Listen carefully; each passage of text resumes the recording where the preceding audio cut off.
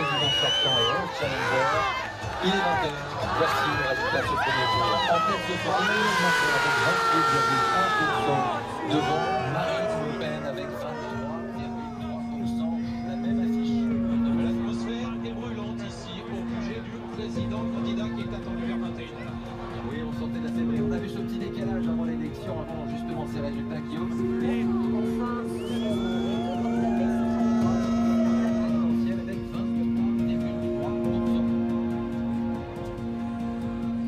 c'est encore dommage quoi, Macron et Le Pen on commence un peu à en avoir marre.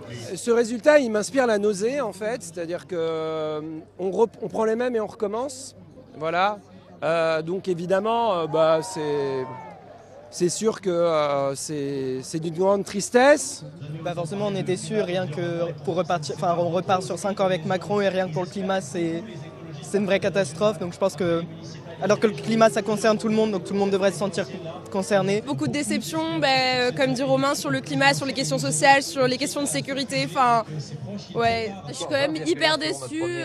J'ai l'impression que, même pas l'impression qu'on est comme 5 ans en arrière, mais qu'on est encore plus bas d'où on était il y a 5 ans. Et que Macron fasse 28%, vraiment ça me dépasse parce que je ne peux pas comprendre.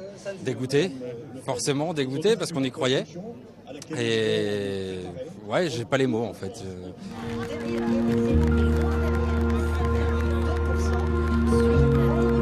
crois à ceci plutôt qu'à cela.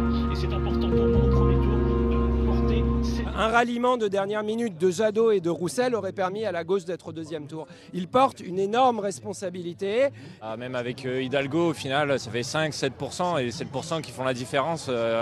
C'est quand même un petit peu déprimant de voir effectivement des candidatures comme Fabien Roussel qui, on imagine, si on fait des comptes d'apothicaire, auraient pu permettre que dans cette division de l'extrême droite, on fasse le hold-up du siècle, quoi.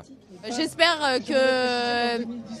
qu'il y aura des questions pendant le débat du second tour qui seront posées plus sur ce qui compte réellement en France aujourd'hui, le salaire des Français, la qualité de vie, l'écologie, et que ça ne sera pas basé sur l'immigration, la sécurité qui aujourd'hui, je ne pense, ne sont pas des sujets prioritaires. Vous voyez que c'est la dernière.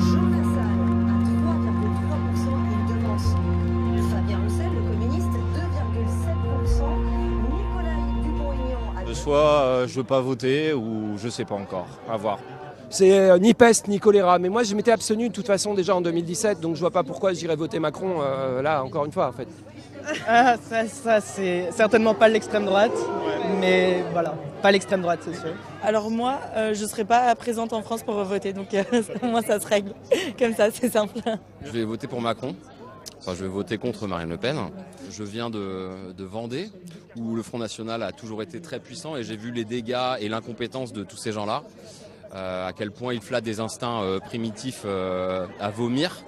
Et donc ça, c'est intolérable. C'est un peu du pareil au même, donc voter pour quelqu'un qui va augmenter ma durée du travail ou Le Pen, je vois pas trop la différence entre les deux, quoi. Je vais voter Jean-Luc Mélenchon. Clairement, je vais remettre un bulletin Jean-Luc Mélenchon et je ne voterai ni Macron ni Le Pen, c'est sûr et certain.